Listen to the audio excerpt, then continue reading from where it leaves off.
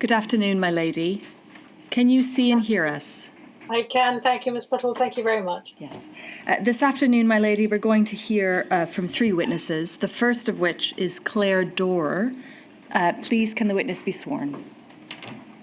Please after me, please. I do solemnly, sincerely and truly I do solemnly, sincerely and truly declare and affirm that the evidence I shall give the evidence I shall give shall be the truth, shall be the truth, the whole truth, and nothing but the truth. Succeed. Thank you for coming to help us, Ms. Dorr.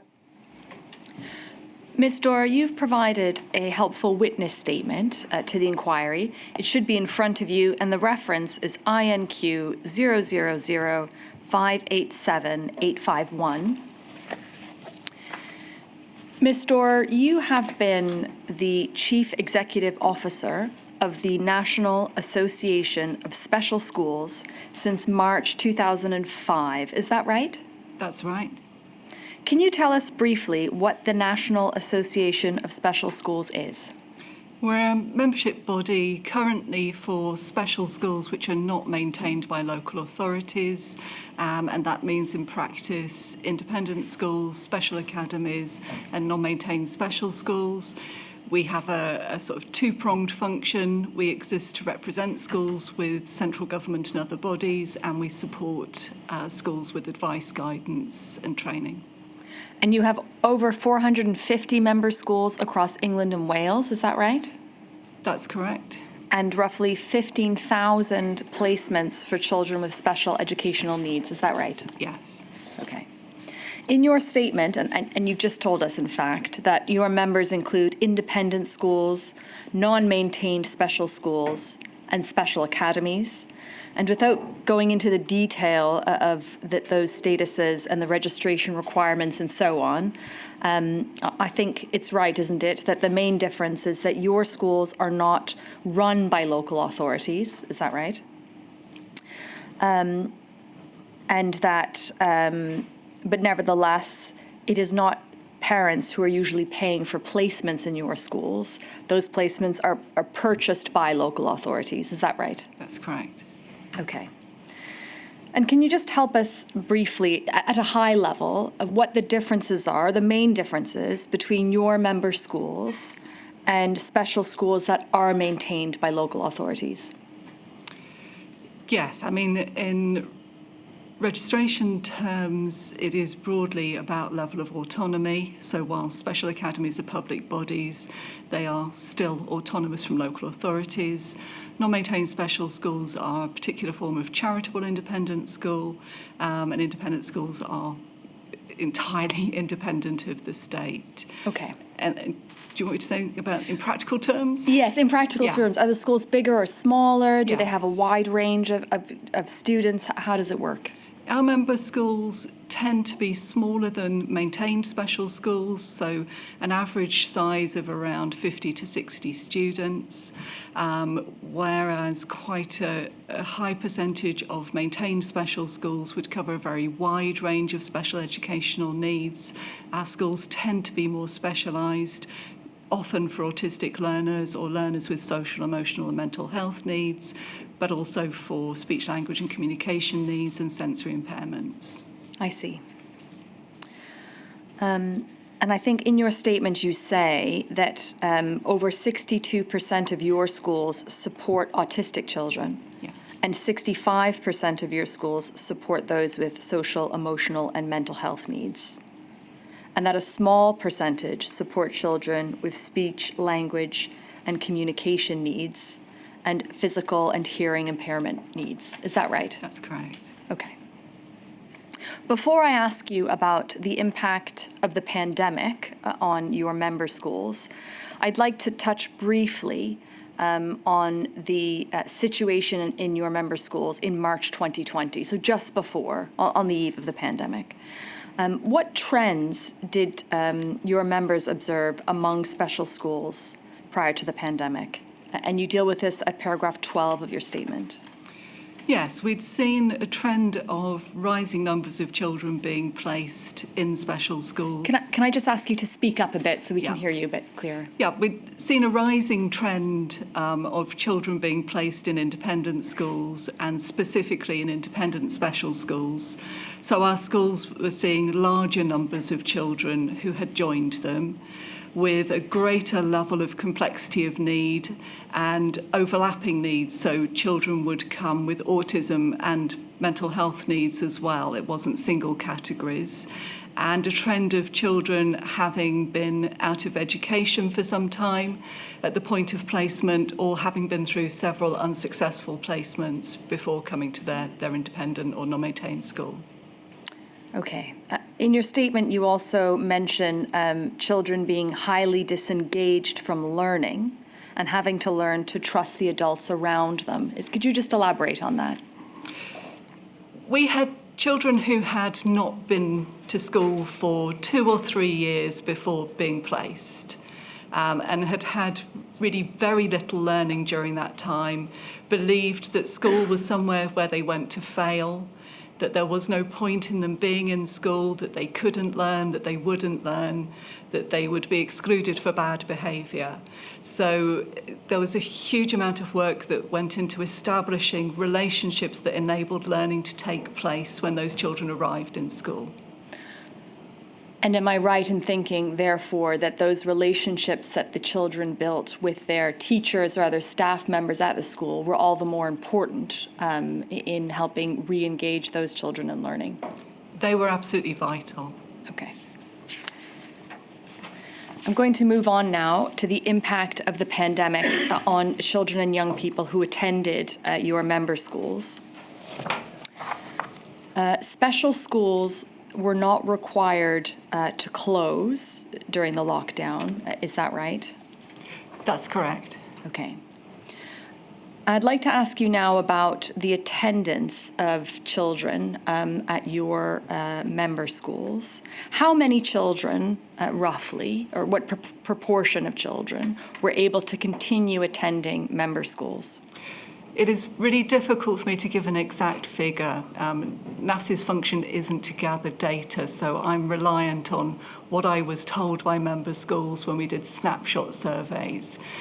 It varied across the pandemic, but once we got through the first element of the first lockdown, we were hearing reports from some schools who said they had 100% of learners in, and an average of around 75% of learners being in from those who reported to us.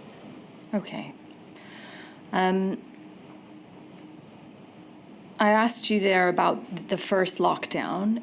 Was it any different in the second period, January 2021 and onwards? Was it the same sort of numbers of children attending? We saw an increasing number of children attending as we moved through the pandemic as a whole. And certainly for the second lockdown, I think attendance was potentially at a high compared to the third lockdown, where there were more restrictions that I think limited attendance. Okay. In your witness statement, you mentioned the use of bubbles as an infection control strategy, that made it more challenging for high numbers of children to attend. Is that right? It placed some barriers in the way, or gave schools need to work around them to ensure that children could attend. But it did complicate things with the way that particularly children were transported to school, where the integrity of bubbles was really difficult to maintain. Okay. And can you just help us, if children are in a bubble, I suppose the bubble would include a teacher or a staff member, how practically did that make it more difficult to have all the students attend the school? Can you help us with that? Can you unpack about the point about having a teacher there, why that would have made it more difficult? I'm not quite clear what you're asking. Pardon me, I didn't mean to suggest that it would necessarily. But in your statement, you say that bubbles, the introduction of bubbles, made it more challenging for schools to have higher levels of attendance. And I'd just like to explore with you why that is. In part, it was about how you get day children into schools. So children would be reliant on local authority transport or taxis. So you might think that a group of children who travel together would naturally be a bubble once they reach school, but they might have been of very different ages and needs. So practically, they would not then have formed a bubble in the classroom. You may have had specialist staff who would have to move between bubbles, so particularly any therapists who are working in schools, it would have been very difficult for them to limit to a single bubble. And where children were residential within the school, you had to think about residential bubbles versus school bubbles, whether they would be the same or whether you would have to look about moving across bubbles. Okay. And can you help us with what proportion of your schools were residential special schools? It's around 40%. Okay. I'd like to contrast the position in your member schools with what the inquiry has already heard about the attendance of children in maintained special schools. And I'd like to take you now to a figure set out in the Children's Commissioner report titled Childhood in the Time of COVID. Thank you very much. The reference is INQ 000231345. It was published in September 2020. And if we could move, please, to page 8.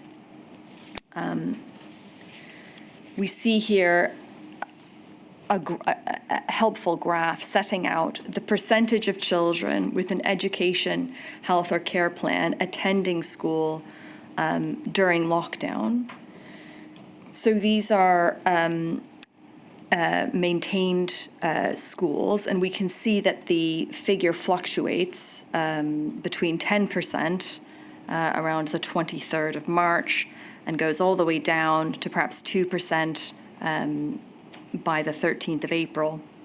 And overall, the figure up to July is 6% of children with EHCPs attended school from the start of lockdown until the end of May.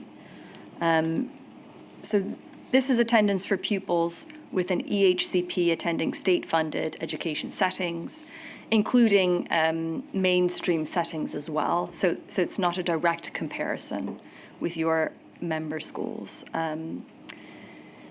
But the figure here seems much lower than the figure that you reported to us. Could you give us, what you think might be the reasons for higher attendance rates at your member schools? This can come down. Thank you. Yeah, I think that there were a variety of reasons. So the starting point of the most vulnerable children being those who should be offered a school place during the first lockdown would mean that children placed in our settings would have likely been the most vulnerable, those whose complexity of need or social and family circumstances were such that they would have been at greatest risk had they not been in school. And our schools responded to that. I think a second factor is the autonomy that our schools had. So it was largely down to head teachers, governors, directors to decide if and how the school could remain open rather than being a smaller part of a larger local authority or a multi-academy trust. And then I think a big element was who was employed directly by the school. So you had your teachers and support staff, but actually a lot of our schools directly employ therapists, speech and language therapists, OTs, occupational therapists, and mental health staff. And if the school was open and other staff were coming in, then those staff were coming in as well. So you had that ability to offer a fuller service than if you're a school who were reliant on those health services coming in externally. I see. And in your statement, you say that it was recognized that because member schools had the facilities and equipment necessary to ensure that those schools remained the safest place for their children, that led to decisions being made for higher attendance. Have I got that right? particularly where children have complex medical needs or health conditions. There's usually a lot of specialist equipment that goes with that, and particularly where those schools are residential, it was felt that schools were going to be best able to provide that care, and that couldn't easily be replicated for all families at home. I see. And if we contrast that with the position of maintained schools, do they also employ their own therapists, for example, occupational therapists or speech and language therapists? At the time of the pandemic, that was much less common, that usually they would be part of a service level agreement with the NHS to buy in a certain amount of resource that would come into school. I see. And your schools would purchase those services directly. Have I understood that correctly? They would directly employ therapists. So the speech and language therapist would be employed by the school and not be commissioned from the NHS. Okay. We heard already in the first week of the hearings that children who had an education, health, and a care plan would have to have a risk assessment carried out before they could attend school, and that there were some difficulties with those risk assessments being carried out. For example, a survey showed that some 75% of parents of children either thought that the risk assessment hadn't been carried out, or they certainly weren't aware of one being carried out. Were risk assessments carried out for children attending your member schools? Was there difficulty with that? I'm not able to give you a global position, only as and when it was reported to me. My understanding was that schools carried them out. I don't know to what level parents were involved in all cases. In terms of physical involvement of parents, it may depend on how far away they lived from school. That might have been a practical consideration. But in general, yes, risk assessments were carried out and continue to be carried out.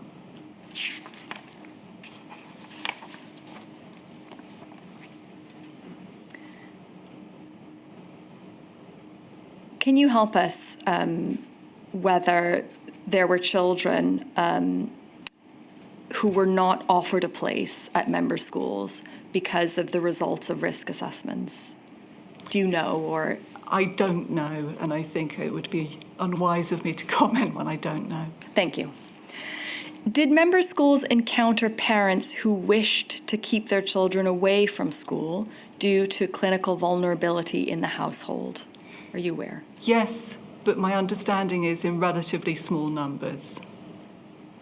And where that was the case, albeit in small numbers, can you help us with what the approach of your member schools was to those families? Was there a process of engagement to encourage the child to attend, or was it felt that the parents' wishes would be respected? Can you help us with that? Again, I think it's difficult for me to speak authoritatively for all schools. I had heard of cases where staff from the school would go out to try and support the child at home where parents were very concerned. That was obviously limited by how far away from school the family lived, and that could be a long distance. I also understand that schools were encouraging of children coming back, but respectful of parents' wishes ultimately. And I think in many cases, it was concern about the child's clinical vulnerability that meant that they remained at home rather than about clinical vulnerability within the family. Okay, thank you. I'd like to ask you now about children and young people's well-being during the pandemic at your school. How did member schools report the impact of the pandemic on learners' well-being? It was very mixed, and it changed between groups of children and at times during the pandemic. So we had phases particularly early on, where there were a reduced number of children in schools, reduced demands of the curriculum, where schools were reporting with some surprise that they were seeing fewer incidences of young people being distressed or exhibiting behaviours which were challenging, that the smaller staff to student ratios, even than our starting point, was helpful. We saw when more children were back in school what I would refer to as an initial honeymoon phase, where children were relieved to be back, happy to re-establish connections. And again, we saw reduced incidents of distressed behaviours, but that changed once children felt more settled and schools felt that they were seeing children able to reflect their distress at having their routine disrupted. You mentioned at the beginning of your evidence the importance of that relationship between staff and pupils at your member schools. And I suppose it perhaps is a mixed picture because a lot of students were able to continue attending their school. But what did your member schools report to you about the disruption to those relationships between staff and pupils? Yeah, so there were a lot of schools who talked about having to treat children almost as if they were joining school for the first time when they came back. So to take them back to the start of re-establishing the relationships, establishing that school was a safe place to be, a place where they could learn. And certainly when we got to September 2020, schools were reporting that it was almost like having a classroom full of new students, even though they were returning students. I see. How did members feel that the pandemic had impacted on children and young people's learning specifically? I'm going to come on to ask you a bit about the catch-up provision, but if we can just talk about the actual learning done by learners in your member schools and how that was impacted.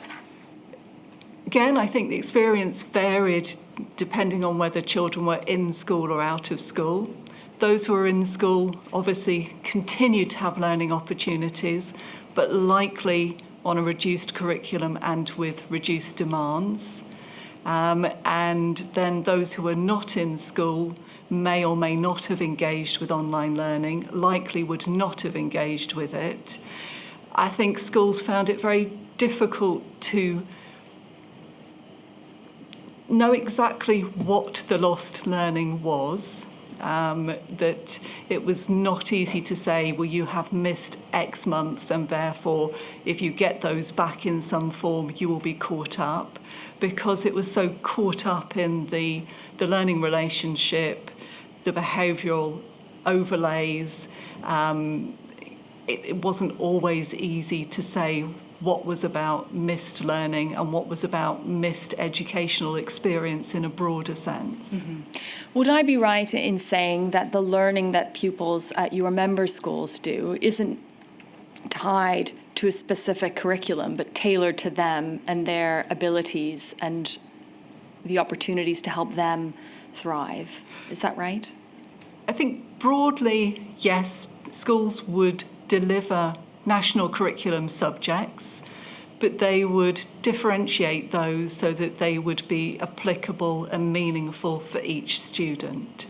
So you would see maths happening, you would see science happening, but what it would look like for groups of children and individual children would be different dependent on their needs and where they are at their learning stage. I see. And so taking that one step further, if you're considering the position of children at mainstream schools, teachers would be able to say, well, a 16-year-old at this term should be able to do these things in the math curriculum by this stage, and we know this because previous years have shown us that this is what they should be able to do. Is it not possible to do that kind of exercise with learners at your member schools because of that tailoring? Yes, to a degree. starting point and a real understanding of need gives you some indication of what you might expect a child to be achieving now and in future terms. A lot of children make non-linear progress and have, I guess, what we would call a spiky profile. So you see peaks and troughs of learning, learning that is generalised and transferred, and learning that isn't. So it is more difficult, but it's not impossible. Thank you. I'd just like to pick up on something you mentioned about the children who remained at home and whether they would be able to engage with online learning. We've heard evidence in the inquiry already about the difficulty that some students with special educational needs had with home learning, and in particular, difficulties they had with having accessible materials at home. And these are children in maintained schools. Was a similar difficulty with access to accessible materials, was that encountered by your member schools? Can you tell us? It certainly was at the start of the pandemic, because I think no school was well prepared to deliver remote learning. And we didn't have easy access to remote learning materials which were particularly adapted for learners with special educational needs. For some children, because of physical ability to use a keyboard at home, it was always going to be a challenge to learn remotely. We heard of schools who had printed hard copy packs and found those easier for some learners. But certainly it was a challenge, particularly early in the pandemic. We had schools that used the Oak Academy resources later in the pandemic, but it did take a while for there to be a number of these for special schools. Okay. I'm going to move on now to a different topic, which is the government response to the pandemic and how that affected children at your member schools and indeed the administration. So dealing firstly with the announcement of school closures, the association, NAS, if I can call it, was in regular contact with the Department for Education from around the 9th of March. Is that right? That's correct. Okay. And then on the 16th of March, there were meetings with officials which led you to believe that schools would not be asked to close. Is that right? Yes. And when school closures were announced on the 18th of March, did you know whether special schools were being asked to close or not? We had 45 minutes notice of the announcement, at which point it was uncertain what the position would be for special schools. Okay. And obviously that uncertainty was resolved. Was that about 2 days later? Am I right? To a degree, I think it was unresolved exactly what was being asked of schools, because we were approaching the Easter holidays. Initially, there were suggestions that schools should stay open through Easter, and it took several days before it was clear what was expected of schools. Okay. And what was the impact of that uncertainty on your member schools? I think in practice for children, I would hope relatively little, but for the school leaders who were trying to plan for that, huge stress about what they were being asked to do, how they were being asked to do it, what resources would be available to them, and whether they would have the staff to be able to deliver it. I think that was the key concern, because by this point we were seeing school staff who had COVID, who were not going to be able to attend. And I think initially there was the belief that it just might not be possible to safely offer a service to enough children. Okay. And on the 19th of March, your schools were given confirmation that they would be funded to remain open. Is that right? Yes. That was a concern, was it, for member schools? There were significant concerns for our independent school members who had been contacted in some cases by placing local authorities to say that if the go-ahead is given for all schools to close, we will cease payment. I see. And then it was resolved on the 19th, so the day after school closures were announced, that actually there would be funding to remain open. Yeah. Okay, and then on the 20th of March, so 2 days later, it was confirmed that staff in special schools would be treated as key workers. I suppose that's also important if schools are to remain able to accept pupils. Okay.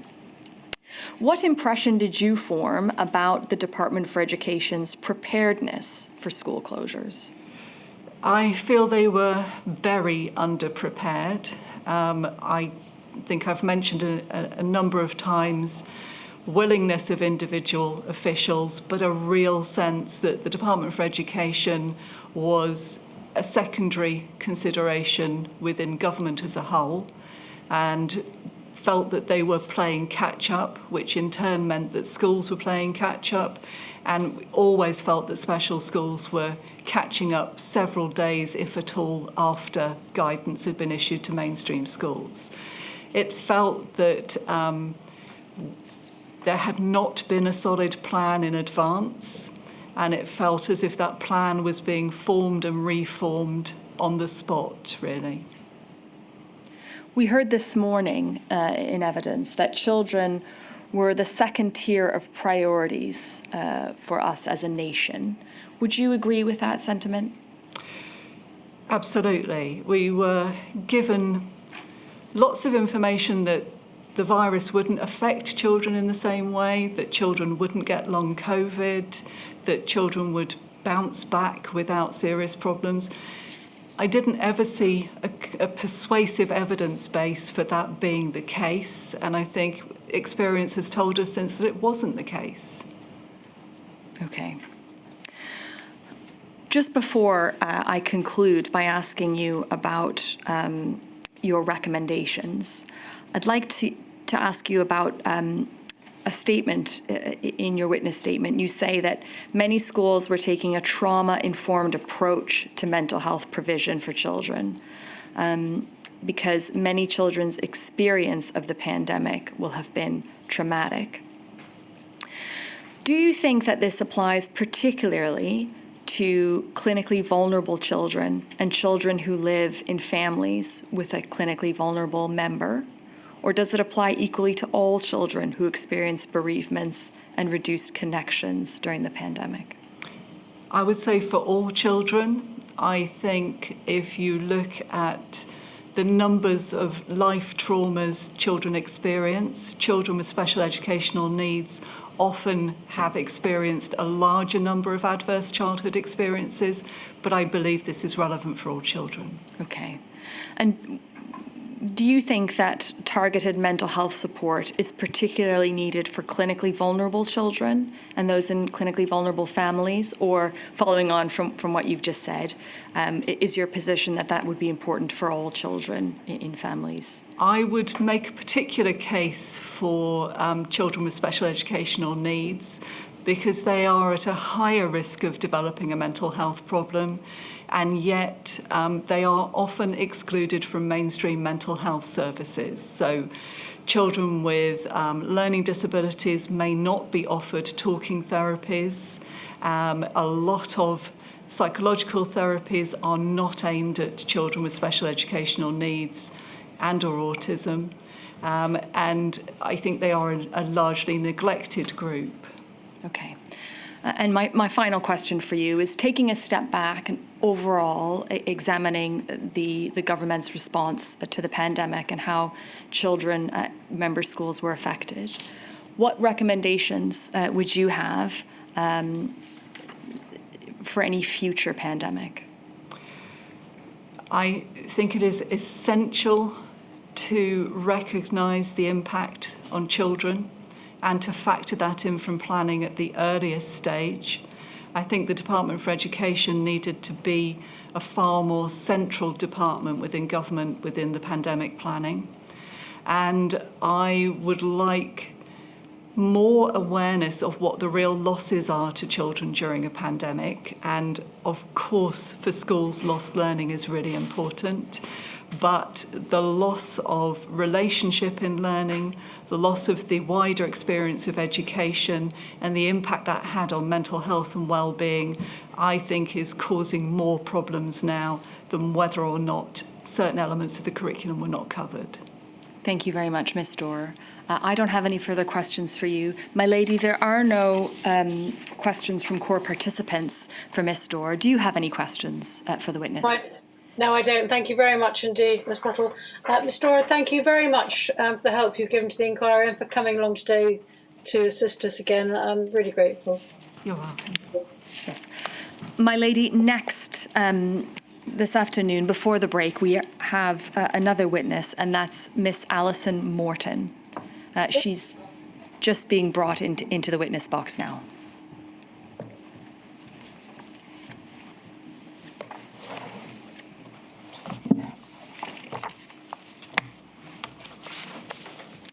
Yes, please may Miss Morton be sworn. So pardon your right hand, please, and repeat after me. I swear by Almighty God I swear by Almighty God that the evidence I shall give that the evidence I shall give shall be the truth, shall be the truth, the whole truth, the whole truth, but the truth. and nothing but the truth. Take a seat. Ms. Morton, I hope we haven't kept you waiting too long. No, not at all. Thank you. Miss Morton, can you please give us your full name? Alison Jane Morton. Thank you for attending and for providing a helpful witness statement to this inquiry. It should be in front of you, and the reference is INQ 000587870. That's correct. Miss Morton, you are the CEO of the Institute of Health Visiting, is that right? That's correct. What is the mission and purpose of the Institute of Health Visiting?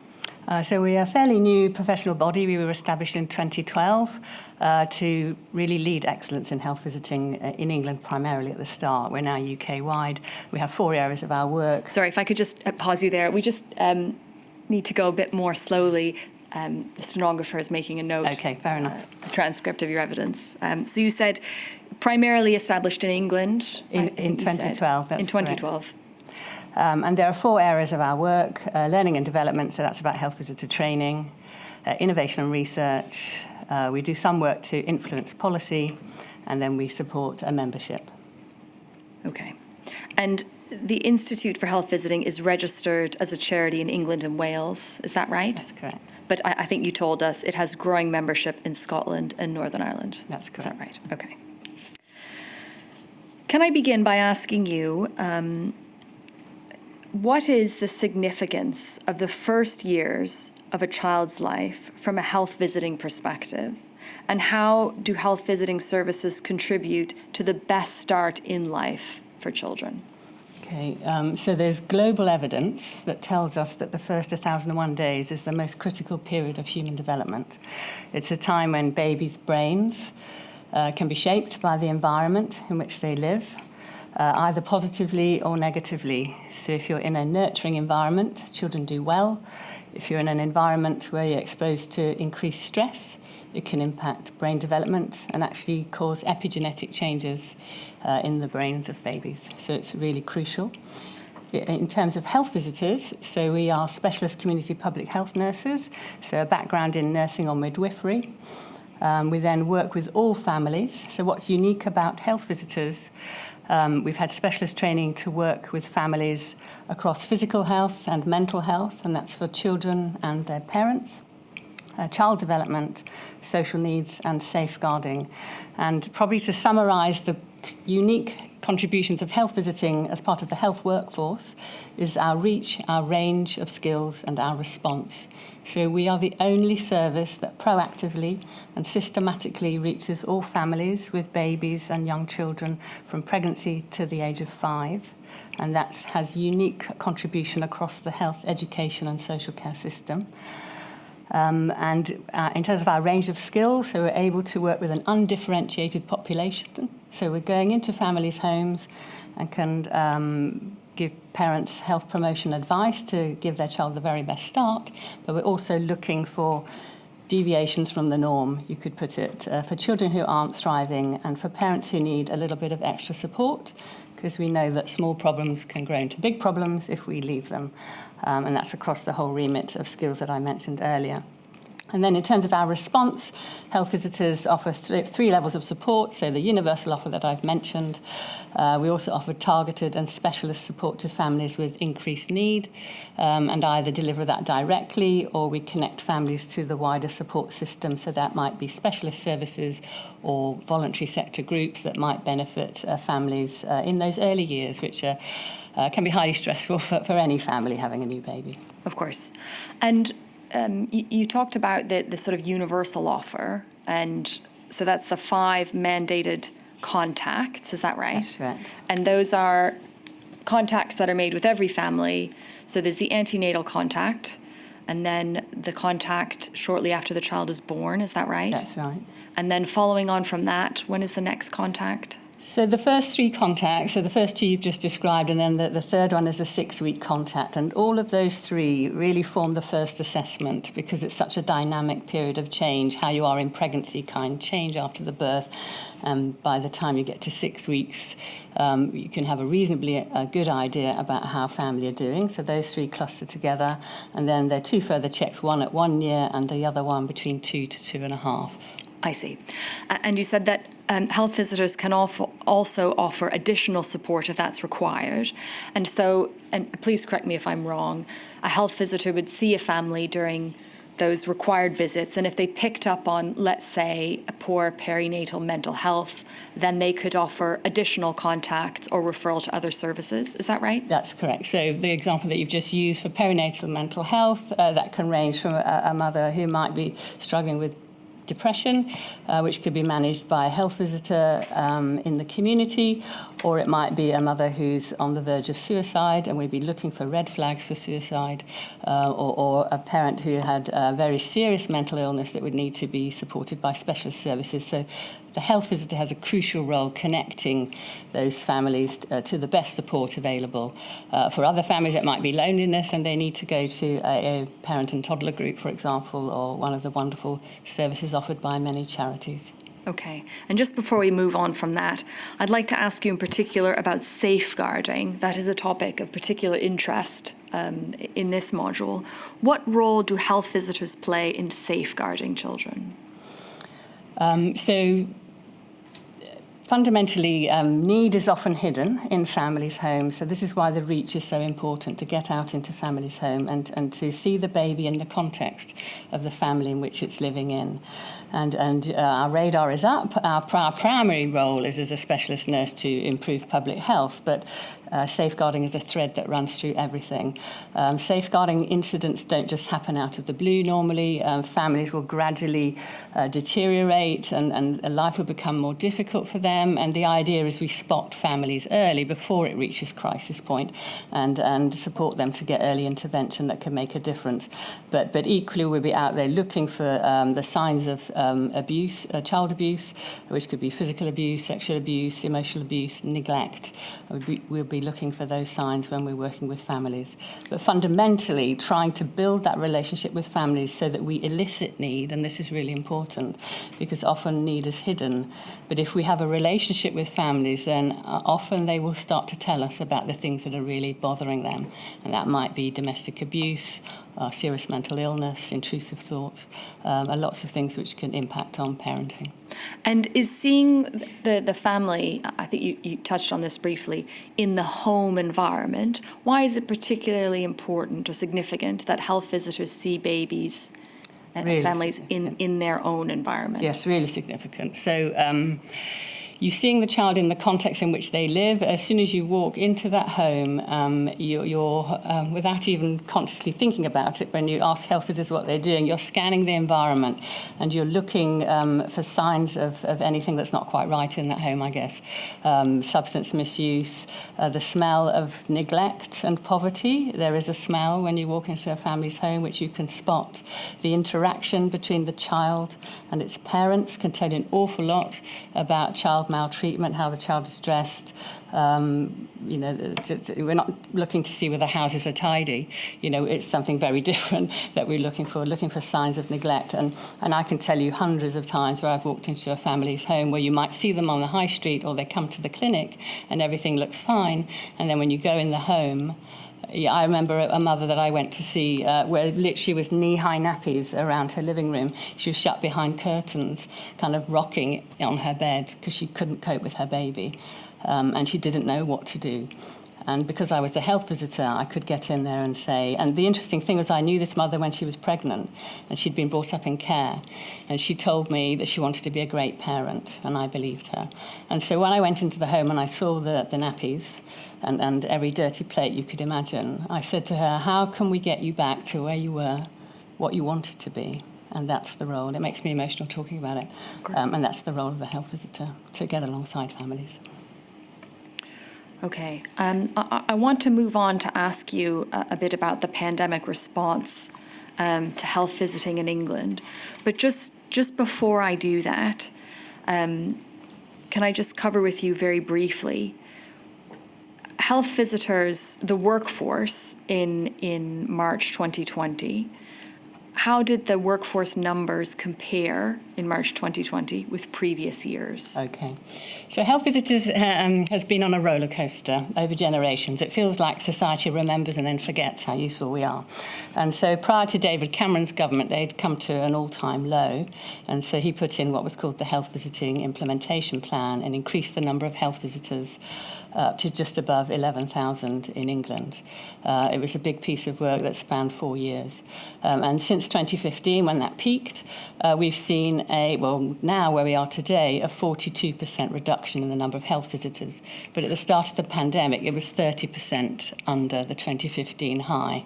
Okay. And so it slid down and it's carried on sliding. There are no brakes on this. Okay. And I suppose it follows on from that the caseloads for each health visitor, because the number of children isn't decreasing by 30%, so the caseloads for health visitors were higher than in March 2020 than they had been back in 2015. Is that right? That's correct, yes. Okay. Yes, so Gabriella Conti did some research in February 2020, and she reported that health visitor caseload sizes, 80% of health visitors had caseloads of more than 250, which was the recommendation modelled by David Cameron's government. Okay, so 80% had caseloads in excess of 250, which was the recommended number. Yeah. Okay. Now I'm going to move on to the pandemic response and how that impacted on health visiting. First, I'd like to ask you about redeployment and the partial stop to the service. And my lady has heard a lot already about the Phase 1 letter, so I'll try to take this briefly. On the 17th of March of 2020, the NHS Chief Executive wrote to all NHS trusts and providers of community health services outlining actions that he was asking every part of the NHS to put in place to protect the NHS, and the letter included a direction to redeploy health visitors to direct clinical practice. And if I could just pull that letter up now, it's INQ *0087317, and here this is page 1, and we can see the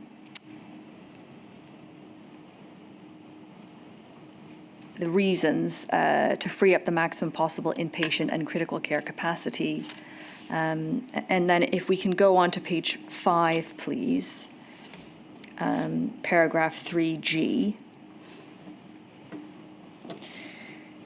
So the directive was all appropriate registered nurses, midwives, and AHPs, so that's allied health professionals, that would include health visitors, is that right? That's correct. Yeah. Currently in non-patient facing roles will be asked to support direct clinical practice in the NHS in the next few weeks. We can take that down. So am I right in thinking that this was the basis for the redeployment of health visitors? Not every health visitor, but many health visitors. Is that right? Yes, that's correct. And in your view, was it appropriate to classify health visitors as being in non-patient facing roles? Not health visitors in general. So the term was interpreted in very different ways. So the range of redeployment ranged from 0 to 63%. So in about a third of provider trusts, no health visitors were redeployed, but in the rest they were. And it was down to local modelling and that interpretation of that term. And so in principle, what they were asked to do was make sure there was enough capacity to deliver the core service, that most of the service had been stopped, but also to respond to need. And so our view is it was inappropriate to redeploy health visitors because they were needed most on their own front line. We strongly predicted that need would go up, and it was totally inappropriate. Okay. And you say 63% of health visitors you think were redeployed. In your witness statement, you say that there's not a data set that captures this information. So how was that figure arrived at? So this was a really comprehensive piece of research led by Professor Gabriele Conti, which I thank her for doing it, based on freedom of information. So she asked all local authority providers to send information on the level of redeployment. And just to confirm that it was up to 63% within provider trust. So that was the peak. So there was a large range. Yes. So it wasn't 63% of health visitors, but it raises an issue that we still don't know how many were redeployed because there was no national data set to collect that information. But what we do know is in the areas where they were redeployed, it has a massive impact on the health visitors who were remaining. Yes. Well, in fact, what I'd like to now take you to Professor Conti's report, which is, thank you very much. So this is a publication about the impact of COVID-19 on health visiting in England, authored by Professor Conti and Abigail Dow. Can we move to page 4, please? So in this article, Professor Conti draws out the impact of redeployment on health visiting caseloads. So if we look at the text there, health visitors who were not redeployed were faced with increased caseloads during a time of great uncertainty. 38% of respondents reported an increase in the caseload size, so the number of children that they were responsible for. And 3/4 were already caseload holders, and 1 in 5 acquired a caseload after the 19th of March. And then the distribution of increases in caseload size are displayed in the figure, which we'll turn to in a moment.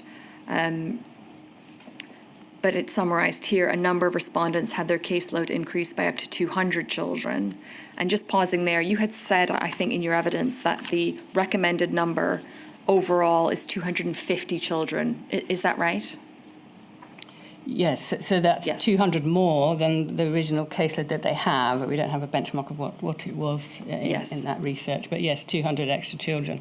And to put that into context, so... Well, just before we do that, can we look at the figure now, please? Yes, table 2, pardon me. So we can see here the increase in caseload size.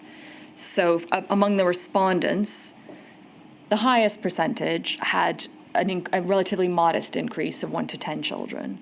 But some 20% of respondents at the bottom of the table here, we can see, had either between 51 and 100 more children or between 101 and 200 more children onto their original caseload. Okay, we can take that down. Thank you. So sorry, you were saying, just to put that figure in context. Well, what I was going to say is that a midwife has a caseload of about 35 families and a social worker about 25.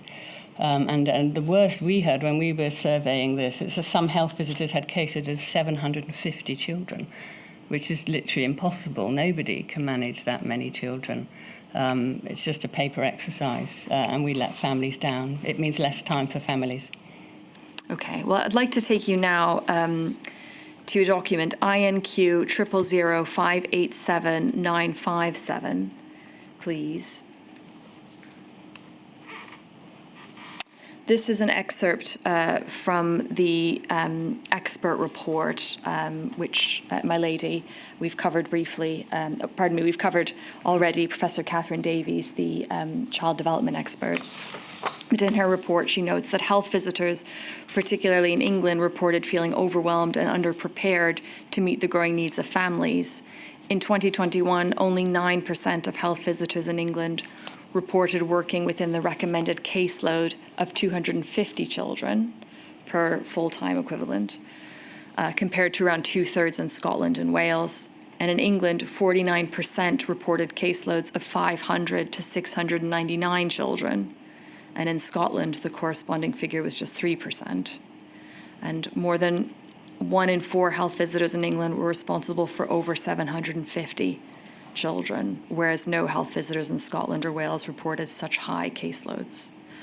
And so I take it, Ms. Morton, that can come down now, from your evidence comparing health visitors to midwives who have a caseload of 35, that those caseloads, those very high caseloads, you think, and correct me if I'm wrong, that would have interfered with the ability of a health visitor to deliver the service required. Is that right? 100%, yes. So what happened is they had to prioritise, and prioritisation has a human cost. So that means some people had to be told, sorry, I can't help you. And health visitors had to deliver that message. They were the front line, I guess, taking the flak for having insufficient capacity to meet families' needs in the way that they wanted to. Health visitors want to come to work to support families and deliver high-quality care. Okay. I'm now going to move on to another topic, which is the partial stop of the service. On the 20th of March, NHS England and NHS Improvement published the first iteration of the COVID-19 Prioritisation Within Community Health Services Plan. And if we can take that up now, we've actually seen it this morning very briefly. The reference is 000-59706. And so this is the letter. Just sticking with page 1 for a moment, it sets out at point 2 that by default, practitioners are to use digital technology to provide advice and to support patients wherever possible. And then if we scroll down, please, through to page 3. So this was the letter about community healthcare and how it would be impacted. And yes, we saw this morning. So there is a schedule, if you like, for children and young people services. Some would stop fully, and then the partial stop services included vision screening. And if we continue on, yes, here we are. Number 5, this is a service that was to be partially stopped. So pre-birth and 0 to 5 service, which is health visiting. And the direction was to stop, accept, stratify visits and support for vulnerable families, safeguarding work, all new birth visits, follow-up of high-risk mothers, babies and families, antenatal visits and support, but consider virtual, phone and text advice, digital signposting, and blood spot screening was to continue. We can take that down. Am I right in thinking that as a result of this directive, that families then would not be offered the 5 mandated universal health contacts, but that instead they would have, and this is for all families, I appreciate the position somewhat different for vulnerable families, but for all families, they would just have the antenatal contact and the new baby visit. Is that right? That's correct. Okay. And in respect to vulnerable families, was there additional guidance to help health visitors determine which cases to prioritize and who should be classed as vulnerable? So no, there wasn't any national guidance at the time in terms of what constituted vulnerability. There were 3 high levels of vulnerability that were set out. Children who were clinically vulnerable, children who were under the care of children's social care, looked after children and child protection, child in need families. And then there was this generic level of children with additional vulnerabilities for environmental factors and other factors. But there was no national definition for that at the start of the pandemic. That didn't come until about September 2020. So that had massive implications in terms of, well, first of all, clinically, knowing who to triage and to prioritise, and secondly, for service level planning in terms of making sure you had sufficient capacity to meet those needs. Okay. Something else I want to ask you about is you spoke at the beginning of your evidence about health visitors going into the home and spotting need. With this partial stop, is it the case that some children who might not have been identified as being vulnerable, or families who weren't identified as being vulnerable, would not have been seen and would not have been spotted? Is that right? That was our biggest worry, because we felt the logic was flawed to focus on known vulnerable, because the whole point of the health visiting service is to spot the children who are vulnerable. And this period between pregnancy and the age of 1 is a very high risk period for babies and for women, actually. So you have the highest rate of homicide, the highest rate of serious incidents, the highest rate of women taking their life through suicide is in the period, interestingly, from 6 weeks up to 12 months. And that is long after the midwifery services have gone. And so, in essence, we were stripping away this key health service to reach into families' homes in this very vulnerable time. And what we know is some families will ask for help, but some can't, and some won't. Can't because they haven't got capacity, or they feel overwhelmed, maybe they feel stigma, and won't because there are some families, small numbers, who want to cause harm to their children. And so that made children vulnerable. And the other thing to say, this is a dynamic period of change, so you might be perfectly fine at the new birth visit, and things will come crashing down a few weeks later. And the whole purpose of that 6-week contact is to find particularly perinatal mental health problems, which go up, often not manifest at the new birth visit. So cutting that 6-week contact was a crucial one to cut for us. But also losing the eyes on those infants who are citizens in their own right and don't have a voice. Who was going to spot babies in distress in their home? And that was a key role for the health visitor, which was stripped out and wasn't really appreciated, I don't think, or the significance, the protection wasn't afforded to them. And one of the things that I always mention is that school-aged children get seen 38 weeks of the year, 5 days a week, by an adult outside the home. If you look at the rates of referrals to children's social care, and I included it in one of my evidence submissions exhibits, you'll see that they fall during the school holidays and increase when children go back to school. So that tells us something very significant about the role of adults outside the family home in spotting vulnerability. And babies aren't afforded that protection. The only service they have is health visitors that reaches all families. And that was stripped out, and that had a huge cost, and some children paid the highest price. Before we move on to discuss the impact on children and the families themselves, I'd just like to ask you a bit more about the use of digital technology. So we saw in that prioritization plan a requirement that digital technology be used wherever possible.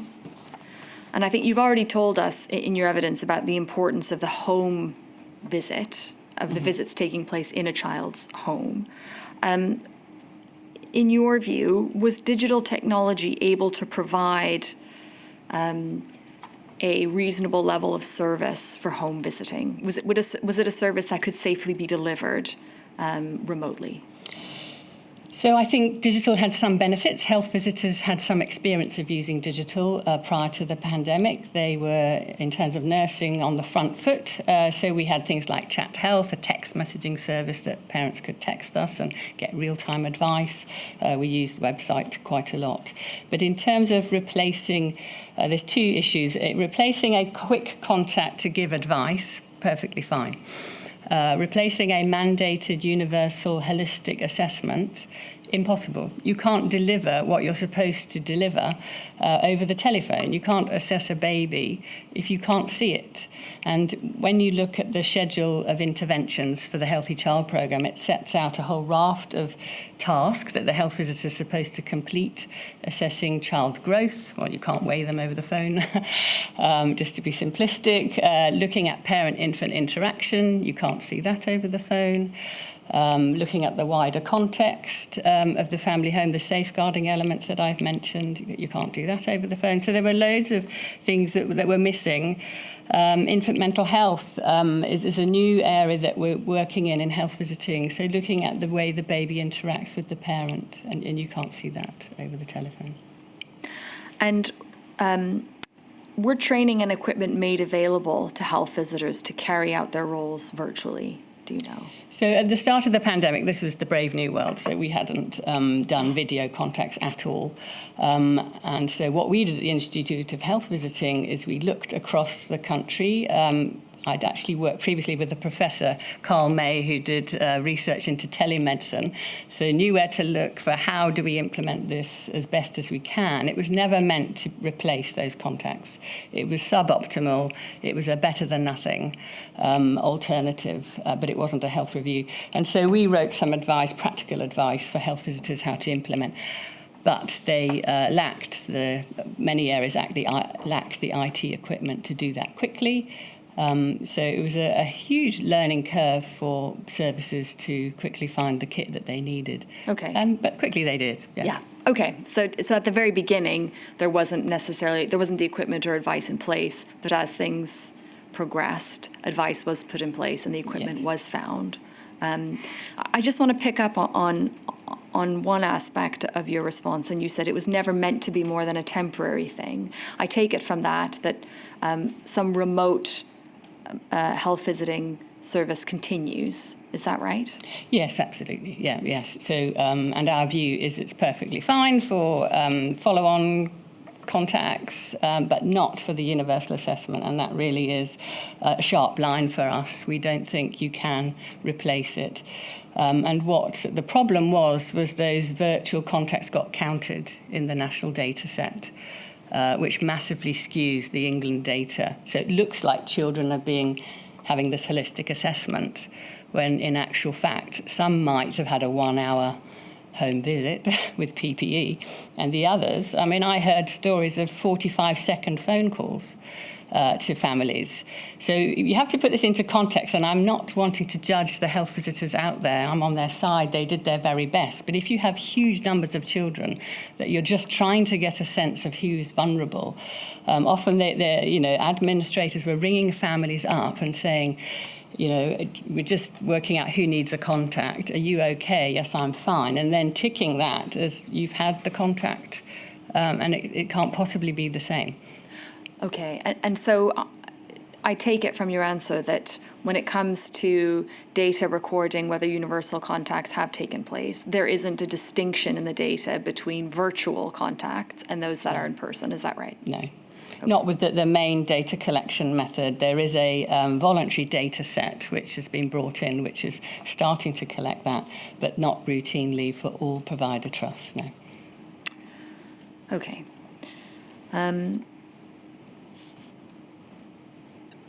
Can you help us with when the redeployment came to an end? So I think in your witness statement, you deal with this at paragraphs 39 to 40.1.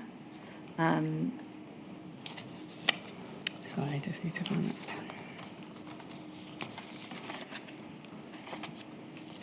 So that was an interesting one.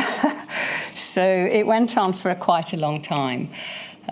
We know that the average duration of redeployment was about 2.2 months, but there was a huge range. So some areas brought their health visitors back very quickly, and others, the summer of 2020, we had regular contacts with the government saying we were concerned that health visitors were still being redeployed. And it took until the 2nd of October when a letter was finally pushed through, led by Ruth May, the Chief Nursing Officer for England, and I thank her for her intervention for that, sending a letter out to Trust to say health visiting redeployment must end. And that was, I guess that was the final point where we really started to see it shift and health visitors were brought back. So a lengthy process of redeployment. But again, as we approached December, and there was talk of this kind of the winter surge coming, and then the vaccinations were coming on board, there were also suggestions that health visitors should be redeployed again in December, and we really had to make a strong intervention for that not to be the case, and it was stopped, thank goodness. Yes, so there wasn't a second redeployment of health visitors. No, That's no. right. Okay. But I think a lot of people wanted them to be redeployed because they were incredibly helpful in their redeployed roles. What were those roles? Sorry to interrupt. What were those roles, Ms. Walton, roughly? I mean, I appreciate it's hard to generalise, but... Yeah, so I think the intention was that they were qualified nurses, so they would go and work in NHS hospitals to support acute healthcare. And that was what the Minister Joe Churchill said. Health visitors were most needed to care for acutely ill patients. We would disagree with that. We think they were most needed to care for families. But so some went off into hospitals to do nursing. But the worst thing was some were sent off to do administration, to answer telephones, to deliver parcels of prescriptions. And that, really saddened health visitors to know that their families were left behind in huge need, because need soared through the roof. And health visitors were out there doing jobs that could have been managed by somebody else. It didn't need to have this tiny 6,000 health visitor workforce redeployed when they were needed most with families. Thank you. I'm going to ask you now about an evaluation of the impact of the changes to health visiting on children and their families. I think you've given evidence about the role that health visitors play in safeguarding. In your statement, you report a figure that 82% of health visitors who were surveyed reported an increase in domestic abuse in 2020. Is that right? That's correct, yes. Okay. And that you also deal with the thematic analysis commissioned by the Child Safeguarding Review Practice Panel, which was published in 2021, which identified a key factor which increased the risk to children was the impact of adaptations for COVID-safe practice. So if I can, I'll just pull it up now, Ms. Morton. It's INQ 000 103841. This is the graph from the Child Safeguarding Review Practice Panel. And it says the relative impact of COVID-19 factors in a sample of cases audited by the panel, and the adaptations for COVID-safe delivery. It should be just on the screen in front of you. Yes, we can see there a significant impact in 16 cases and some impact in 2. And I suppose adaptations for COVID-safe delivery would include virtual visits from home visitors. Yes, is that right? Correct. Okay. And so I think in your evidence earlier this afternoon, you said that you thought that because of a lack of home visits by health visitors, some children paid a high price. Would you agree that the results of the Child Safeguarding Review Practice Panel bear out the impact of virtual working by home visitors on some of the cases that they had looked at? Yes. For me, this was a serious wake-up call, because this was hard, concrete evidence that children were being harmed by these practices. So there were 2 categories of impact. So one was the adaptations for COVID safe, and the other was the increase in family and parental stressors, and both are significant in the deaths and serious incidences for these children, which had catastrophic, life-ending and life-changing consequences for these children. And they were the canary in the coal mine, and we needed to listen to them and make their voices count, even in their death. Children like Star Hobson and Arthur Labinjo Hughes hit the headlines, but there were many others. Mm-hmm. And I guess for me, this is the most sad part of this pandemic, how we let these children down. Okay, we can take that down now, thank you. In terms of perinatal mental health, how did the pandemic impact on perinatal mental illness? And you deal with this in your witness statement at paragraphs 118 and 119. Okay, so the pandemic exacerbated family stresses. I mean, that was plain to see, and had a significant impact on perinatal mental illness. In one study very early in the pandemic, 50% of mothers surveyed in London reached the threshold for postnatal depression. And health visitors were concerned for 2 reasons. So one was this increase in risk factors. and things like social isolation, lack of support. Just imagine what it feels like to leave hospital with your new baby and you can't see your family, you don't have any help from the health visitor, and you've not done this before. So it was entirely predicted that this was going to happen. But then the second concern was the lack of capacity to find these women and to get alongside them and to offer help, because we know that early intervention makes a huge difference to outcomes. Okay, and sticking with perinatal mental health, why is it important that issues with perinatal mental illness are picked up for babies in particular? Okay. So for babies, whilst not inevitable, having a mental illness can impact parenting capacity.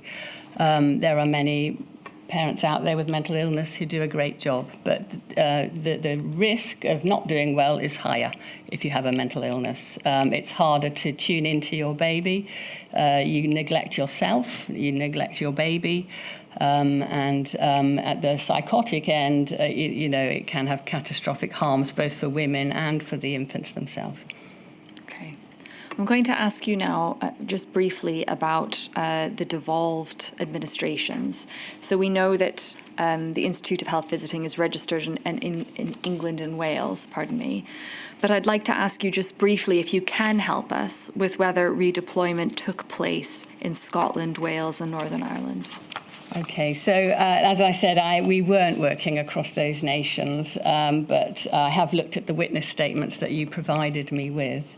And my impression is that, firstly, they had more comprehensive services before they went into the pandemic, so they were better staffed at the start. So we were on the back foot in England, but in the other nations, they were better equipped. Redeployment, as far as I know, was much more measured. Less were sent and they were returned quicker. Face-to-face and non-face-to-face, they had the same issues that we had in England, but the sense that I've heard is that they had quicker access to PPE, and that was the rate-limiting factor for doing home visits, not having PPE. And then fundamentally, their services were reinstated faster. And the good news is that their governments in the devolved nations have all committed to further investing in health visiting. Okay. I'm going to move on now to your reflections and recommendations for the future. And just taking a step back from the detail of the evidence that you've given us, can I ask you overall, in view of the Institute for Health Visiting, was redeployment and a partial stop to the service a proportionate measure to protect the NHS during the first wave of the pandemic? I don't think it was appropriate. I think knowing with the global evidence that we had, so the harms of doing that were entirely foreseeable and predictable. And we knew that because of the global evidence of the importance of the first 1,001 days and the impact of adverse childhood experiences on children. We didn't take enough notice of the early warnings from the other nations who were ahead of us in the pandemic, China, Brazil, and so on. And we didn't take enough notice of the frontline practitioner intelligence.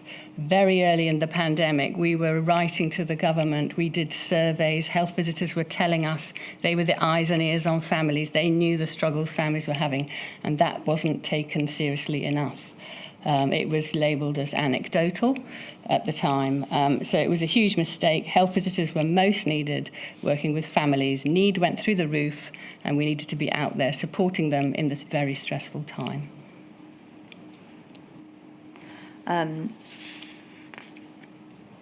I'd like to take you now,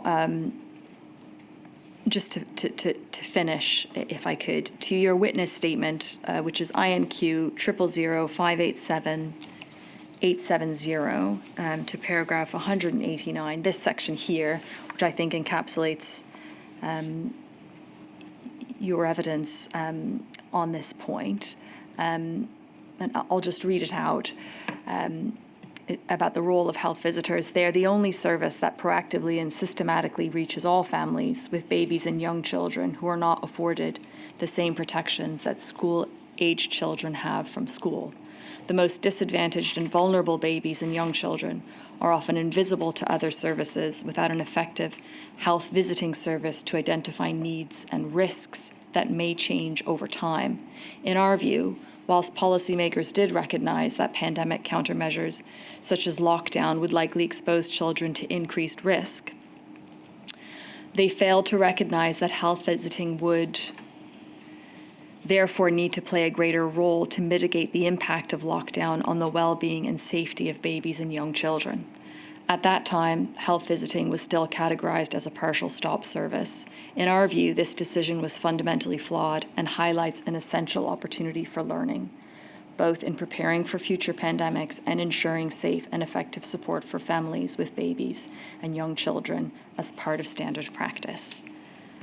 Is there anything you'd like to add to that?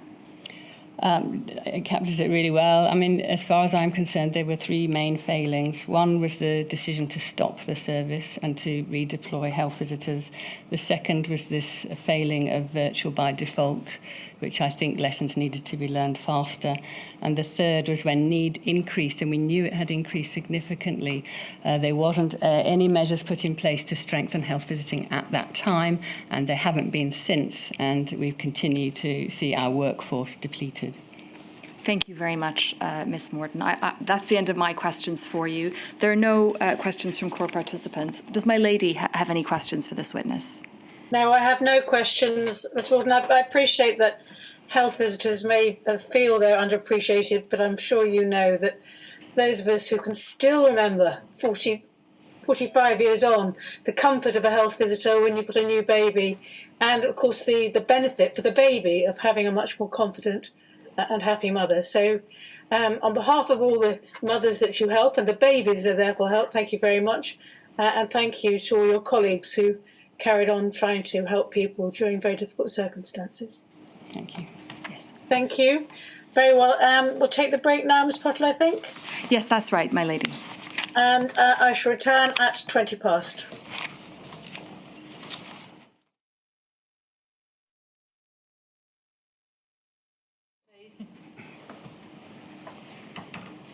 My lady, can you see and hear me? I can, thank you, Ms. Cohen. Thank you. May I please call the next witness, Mr. John Barnaby? Thank you. Stand, Mr. Barnaby. You take the Bible in your right hand and repeat after me. I swear by Almighty God I swear by Almighty God that the evidence I shall give that the evidence I shall give shall be the truth, shall be the truth, the whole truth, and nothing but the truth. and nothing but the truth. Thank you. Take a seat. Ms. Barnaby, I hope you were warned that you'll be the last witness of the day, so I hope the wait hasn't been too long. No, it's been fine, my lady. Been very well looked after. Thank you. Thank you, Mr. Barnaby.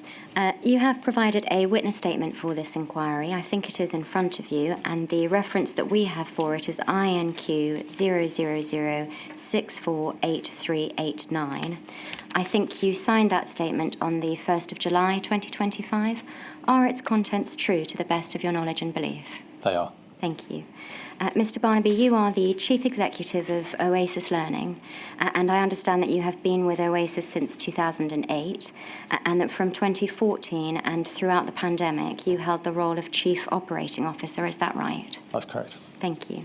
You have told us in your statement that in January 2020, Oasis had 52 academy schools under its membership, and that these were spread across the North West and Humber, the West Midlands, London, the South West and the South East, and that there were 30,167 children attending in total. Is that right? That's correct, yeah. Thank you.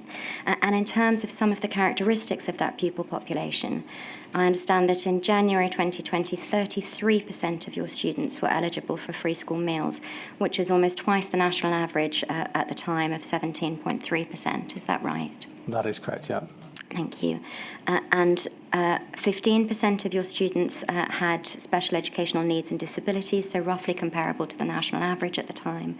And 32% of your children had English as an additional language, significantly more than the then national average of 19.5. Is that all right? That's correct. Thank you. And you also tell us in your statement that Oasis chooses to work in some of the most disadvantaged communities in the country. Is that right? That is right. Thank you. Mr. Barnaby, you may know that we have heard earlier this week from Sir John Coles of United Learning and Sir Hamid Patel of Star Academies, both of whom described the ways in which they were able to get ahead, so to speak, of planning for school closures even before government guidance to that effect had arrived. In your case, you tell us in your statement that you had established your national COVID-19 task force as early as January 2020. And that you first briefed your academies about COVID on the 5th of February 2020. And we understand from your statement that from that time on, you had a central team able to distill and distribute guidance. And you tell us, for example, about meeting regularly on a Sunday night with that team to listen to government briefings and then decide how you would communicate key points to head teachers the next day. Can you give us a sense, please, Mr. Barnaby, of why that centralised distilling of information was important for your schools and communities, and perhaps what benefit it brought that individual schools might not have had? Yeah, so I think, as you say, we realised fairly early on in late January that, particularly when the virus came to Italy, that it was not under control or controllable. And that we have a fairly mature set of risk management systems in place. We run disaster recovery days and continuity planning days. So we had the mechanism in place to manage a major event. And so some of those processes started to kick in, and that's where we formed a COVID task force towards the end of January, and then later on turned it into the leadership team that are actually leading the organisation through this period. Thank you. Another aspect of your organisation that may have been somewhat unusual in the sector was your seemingly very large and centralised IT team. You tell us that prior to the pandemic, you had an IT team of 110 staff. And throughout your statement, you described the ways in which you leveraged this to manage all aspects of the shift to online learning and working, and particularly to provide IT support directly to families. Would it be fair to say, Mr. Barnaby, that central capacity was key to your pandemic response?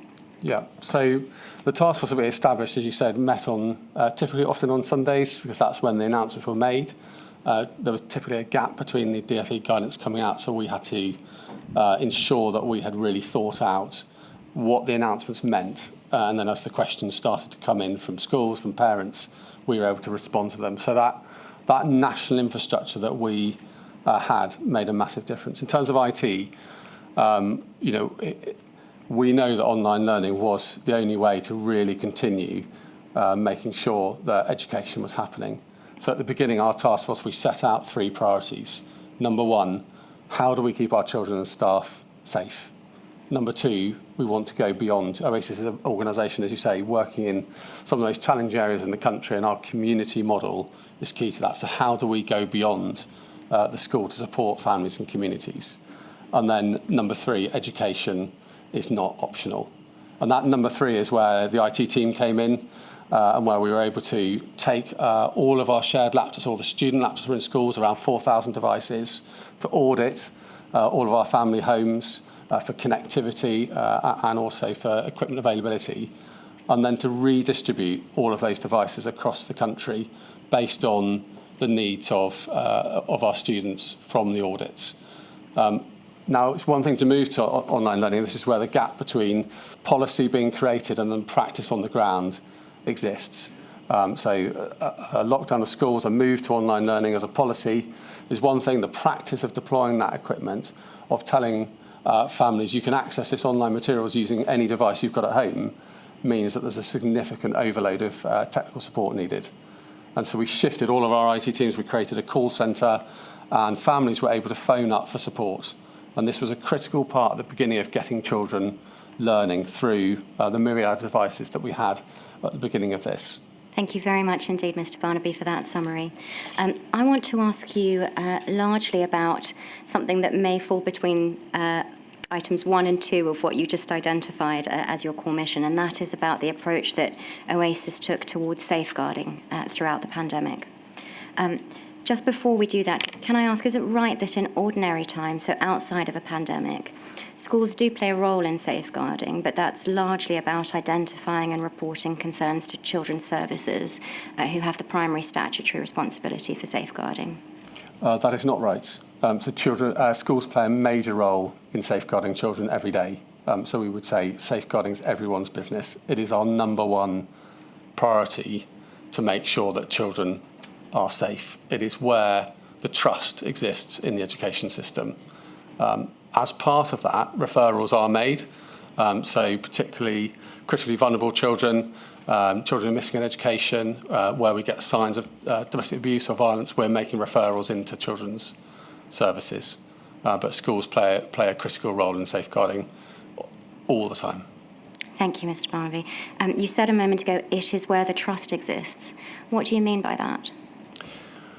We're trusted, in Oyster's case, with 32,000 young people every day. We're working in some of the most disadvantaged communities. Often the relationships, the trusted relationships that form between adults and children in school is incredibly important to us understanding what those children's needs are, in a holistic sense, not just educationally, but socially, emotionally, physically, spiritually, and then caring for that whole person.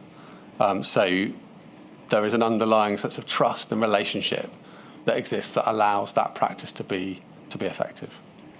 Understood. Thank you. With that in mind, then, can we please look at the guidance that was produced when schools first closed in March 2020? Thank you very much. For the record, that is INQ 000520192. This was the guidance published on the 22nd of March, entitled COVID-19 Guidance on Vulnerable Children and Young People. And we see here in the introduction the definition that the government had identified for which children ought to be able to access school placements. I won't linger here, Mr. Barnaby, because I think we're all now familiar with that definition. If we can look over the page, please. We see also the additional category. We know that schools and other education providers may also want to support other children who are vulnerable where they are able to do so. And that is the provision that enabled schools to have a discretion to identify other children who didn't fall within the categories we saw a moment ago. And I want to ask you in a moment about how Oasis went about operating those or identifying children within those categories. But first of all, if we can please look at page 6 to just consider another part of the guidance. Thank you. Under the heading, do vulnerable children have to continue to go to school? The Department for Education set out the expectation that vulnerable children with a social worker would attend and said in circumstances where a parent does not want to bring their child to school and their child is considered vulnerable, the social worker and the school should explore the reasons for this directly with the parent and help to resolve any concerns or difficulties. Mr. Barnaby, would it be right that this guidance essentially gave rise to a new sort of pandemic-specific facet of safeguarding work created by the very fact of school closures? So the job of identifying vulnerable children and encouraging their children, encouraging families to send their children to school? So for schools, vulnerable children have always been a particular focus area for safeguarding by the very definition that they are vulnerable. I think we saw an increase in vulnerability, but also in new categories of vulnerability. So food poverty became a major issue. Ability to pay utility bills became a major issue for us. We saw massive increases, 50% increases in domestic abuse and violence over that period of time. So the practice changed. Some of the problems have always been there in society. Thank you. But some of the practice changed. Could I just expand a bit on that? Because we obviously receive this practice, and getting children back into school, we support the policy of vulnerable children being in school. That is easy to say. Yes, we're going to come, Mr. Barnaby, in some detail to look at exactly how you did that, because we want to get exactly under the skin of why it's easier to say than it is to do. Yeah. Just before we get there, the guidance here envisaged that this was a job for social workers and schools together. In practice, did you find that it was a joint endeavour and that social workers were working together with schools on this? So our referrals to social workers increased significantly over that period. I don't believe there was the capacity in the system to respond to all those referrals. I'm so sorry, it may not have been clear from my question. Let me ask it again. This particular job of reaching out to families to try to encourage children who had been identified as children who ought to go to school, so that narrow task, was that something schools were being assisted by social workers? Or should I interpret your answer to mean because the system was under stress, there wasn't that capacity? I think that's where I was getting to, is that in reality, certainly in Oasis, we were making the calls home. We were doing the work to get the children in. There was not the capacity in the system for social workers to fulfil that role. And that's, no disrespect to social workers. They were very busy. Yes, thank you very much. Let's start to look then at exactly how Oasis did it. Can we go back to your statement, please, and look at paragraph 37 of that, which is at page 12.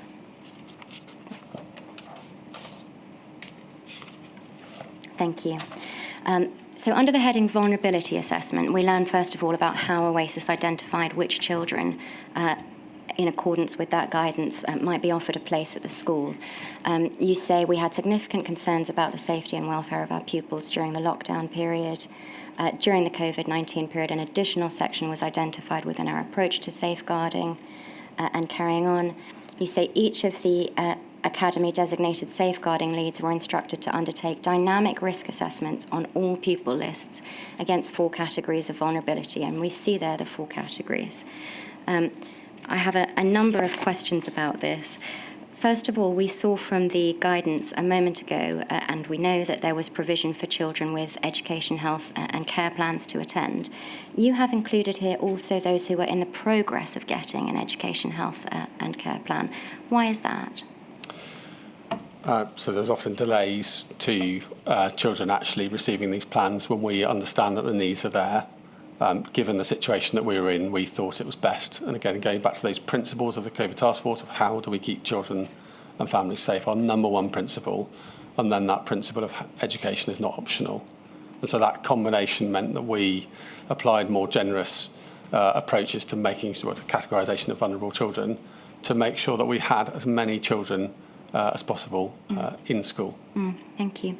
The next bullet point says those children classed as vulnerable under an Oasis definition of vulnerability, including but not limited to other safeguarding issues, young carers, victims of domestic abuse, food poverty issues, etc. I think that this is your interpretation of that otherwise vulnerable category that we looked at in the guidance. How did you go about expanding on this? Was it based on what you already knew about your pupil population? Yeah, so all our designated safeguarding leads, our DSLs, worked throughout COVID, often in school. And we applied this dynamic risk assessment approach. So we would take everything we knew, the categorisation of children formally, and then everything we knew about the families. And then we would effectively RAG rate children based on that. So if you were red, you were considered critical support needed. And we would ensure that you would have a call every day home. We would have you in school. It might just help, Mr. Barnaby, if we can have, please, paragraph 38 of your statement on the screen as you go through this, because I think you have set out some of it there. Yeah, thank you. Yeah, so where children were deemed through this risk assessment process to have a critical vulnerability, including our own categories of vulnerability, then we would ensure we had contact every day. Our preference was to have children in school who were red category, but equally some of those children are the hardest to access as well. And then children who were amber, a kit call was required every 2 to 3 days, and those that were green every 4 to 5 days. In total, we made 118,000 calls between lockdown 1 and 2, and indeed, when we look at our attendance, we were at 33% of vulnerable children attending schools regularly compared to a national of 9%. Again, we're going to come in a moment to look at that. One of the things that we did that made this successful Mr. Barnaby, I'm so sorry. I don't want to interrupt you. I just want to go through it in stages so that we have everything we need to about exactly how you did that. I just want to ask you for a moment about that dynamic risk assessment, because one of the things we read from your statement is that that was undertaken on your entire pupil roll, so 30,000 pupils. So does that mean that your safeguarding leads were not just looking at the children they already thought might be vulnerable? They, in fact, took a fresh look at all children and thought about whether they might now be vulnerable? Yeah, so it's a combination of our safeguarding leads, pastoral staff, teachers. What did we know about those families? And again, this principle of how do we keep our children safe through this? And as you say, we did that work to review against statutory categories and then our broader understanding as well. And one of the concerns that we know that the Children's Commissioner raised at this time, because we heard evidence from her last week, was that it might not always be known in schools exactly what a child's circumstances were. Sometimes local authorities had information about children that weren't making their way into schools. How are you satisfied that your designated safeguarding leads had everything they knew to be able to undertake that dynamic risk assessment? Well, you go off the information that you've got available to you. I think schools have a uniquely trusted relationship with families. It is, when you think about society, it's the only bit of social infrastructure that exists in almost every community. It's the only bit of social infrastructure that families and children proactively visit on a daily basis. So our understanding through those relationships of children or families, of things going on in children's lives, is significant. And so it was that understanding and knowledge that we applied into that risk assessment process. Of course, when we're speaking to other agencies and making referrals, we are using some of that knowledge as well. Thank you. You went on then, and I'm sorry to have cut you off, to tell us about the keeping in touch calls and the home visits. And we learn from this paragraph that if a child was not, and I'm sorry, it may be the rest of the paragraph which is over the page, that if a child was not attending remote learning, or if their family wasn't picking up the phone for those keeping in touch calls, that's when you would conduct a home visit. Is that right? Yeah. So, as I say, we made just over 118,000 calls home. One of the reasons, and I was just chatting about the percentage of children attending, vulnerable children attending our schools at 33% attending regularly versus the national 9%. One of the things we attributed to that is some of the technological changes that we made, and we shifted our phone system from the school into teachers' homes so that they could use the school number to make the calls home. When we did that, the percentage of parents answering the call from this trusted number versus an unknown mobile increased significantly, and that allowed our contact with families to be more effective. And then through, as I say, if we couldn't get hold of a family, we would complete home visits. We had a clear protocol for keeping our staff safe during those home visits, and equally to help parents understand what those visits were about. There was a stigma attached to being considered a vulnerable family that people started to know about, and we were acutely aware of positioning our home visits to not make that a thing. The other thing, we were very careful about keeping our staff safe as well. And so those protocols would control how staff entered a house if they needed to, but also how they decontaminated when they came back as well, to make sure that the virus wasn't taken into a home environment or back into the school. Thank you, Mr. Barnaby. You've spoken with great precision about some of those statistics on, for example, the number of calls. And we know from your statement that you're able to do so because you kept very careful data and collected it nationally to understand what was going on. And you have exhibited to your statement a report from July 2020, all of that data. If we can look at that, please, it's at INQ 000643927. Thank you very much. Before we look at some of it, we see from the first paragraph, last sentence there, that you say, throughout this report, there is a distinction made between vulnerable children, as defined in both Her Majesty's Government's advice and the OCL categories, and those who are clinically vulnerable to coronavirus due to underlying medical conditions and or shielding because of family members. Can you explain that, please? Was there a difference in how you monitored and supported those with clinical vulnerabilities as opposed to how you monitored and supported those with safeguarding vulnerabilities? Yes, so we were obviously very keen to get safeguarding vulnerable children into school wherever possible. Clinically vulnerable children, we needed to take a different approach. By the very nature, the impact of them catching COVID could have been significantly more serious. And so as a result, our support around them was ensuring that they had the resources and capacity at home to take part in home learning, to make sure that food wasn't a significant issue in their families, to think about how we were supporting the wider families as well. Thank you. If we now come then to look at the graph that's on this page, it's headed number of vulnerable children across OCL.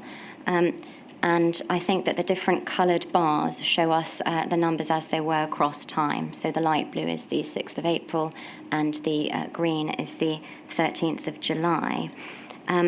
And what we can see here is that by some considerable margin, there are more children in the category of other vulnerabilities. And thinking back again to the guidance and then to your statement, I think this is the OASIS group of identified characteristics about vulnerability rather than any of the government guidance groups. Just reflecting on that, does that suggest to you that the government's definition of which children were vulnerable was lacking at all? Or perhaps on the other hand, does it suggest to you that the flexibility afforded by that final category was particularly important?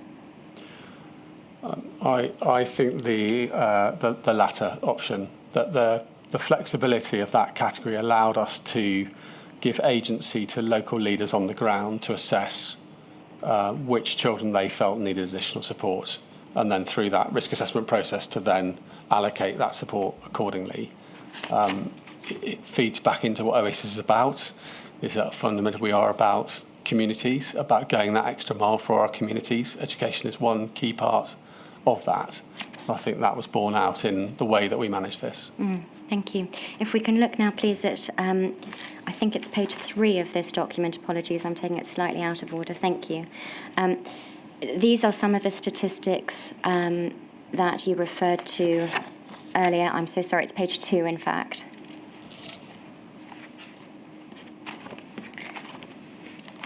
Thank you very much. And if we can slightly zoom out so that we can see the heading. Thank you very much indeed. These are some of the aspects of what you were learning, I think, about your children's circumstances that you talked about earlier. So we can see under the first heading, domestic abuse and violence, you say that since the week commencing the 6th of April, this group has seen the largest increase of any, a 50% increase.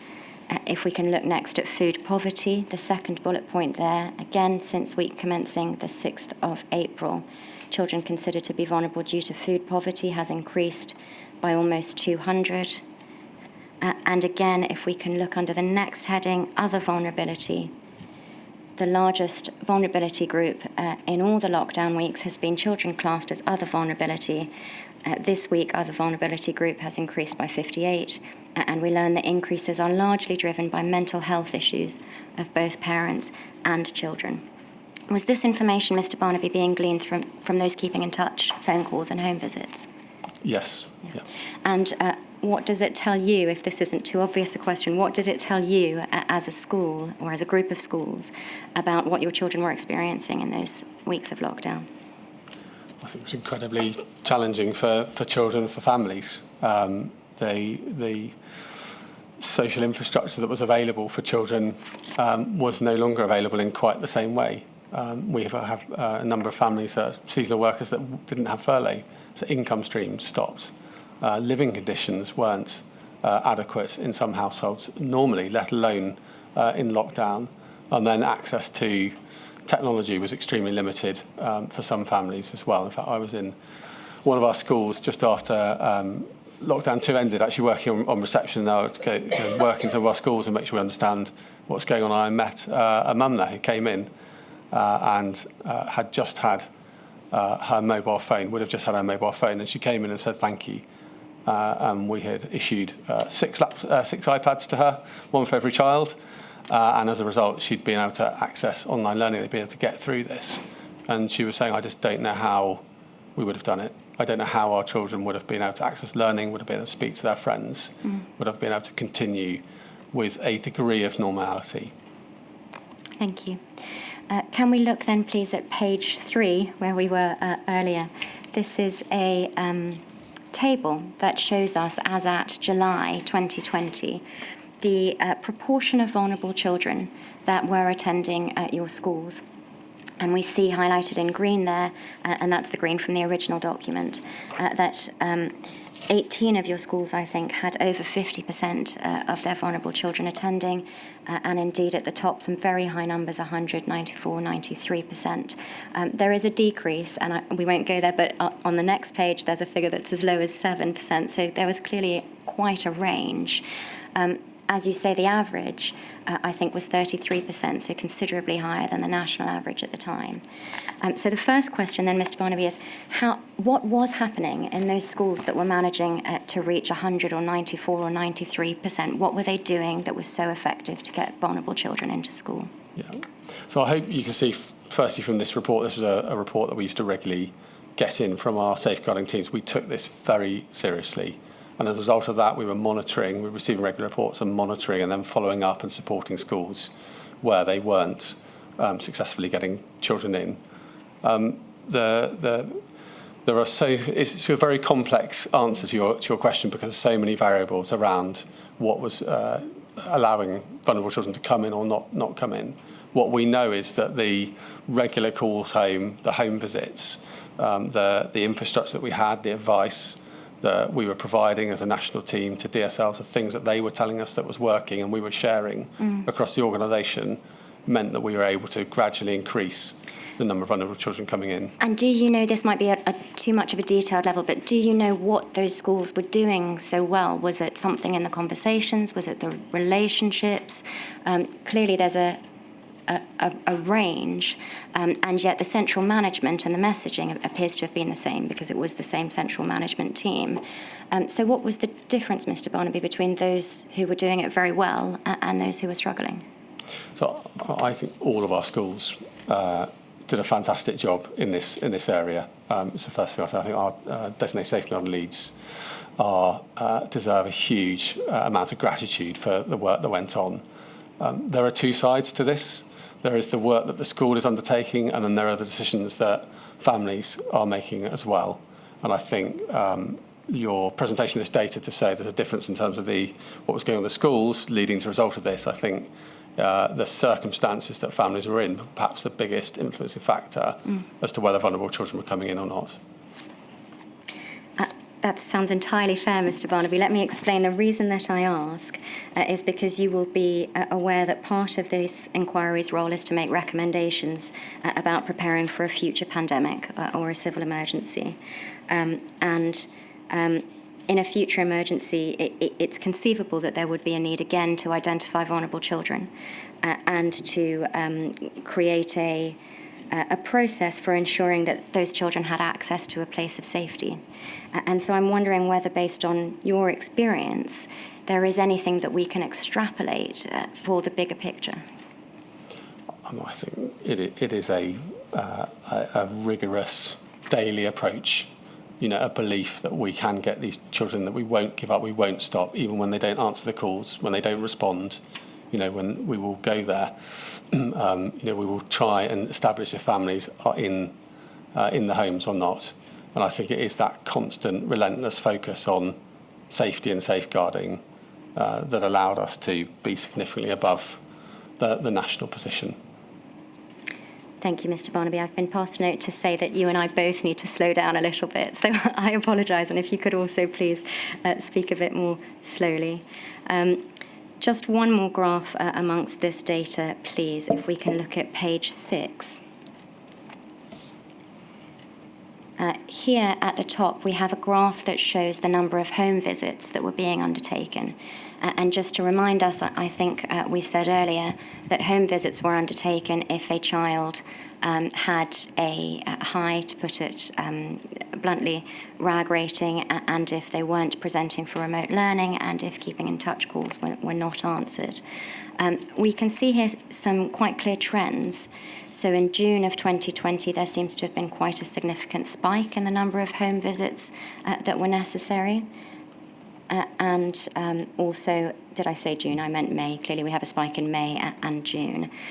Are you able to understand? Are you able to help us to understand the reason for those spikes, please?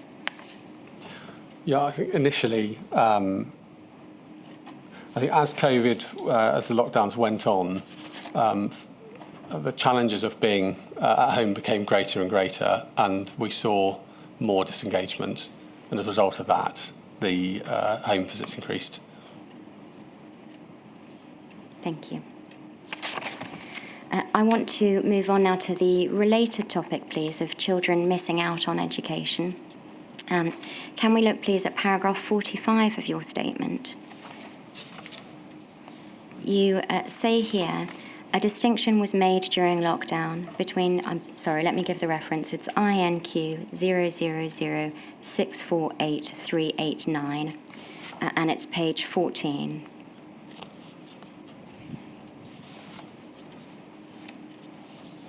Thank you. Paragraph 45.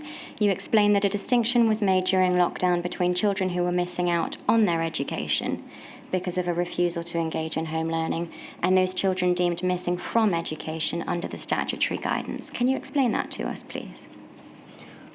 Yes, so children missing from education relates to children who we have not seen, we've not been able to contact for a certain period of time, typically 10 days.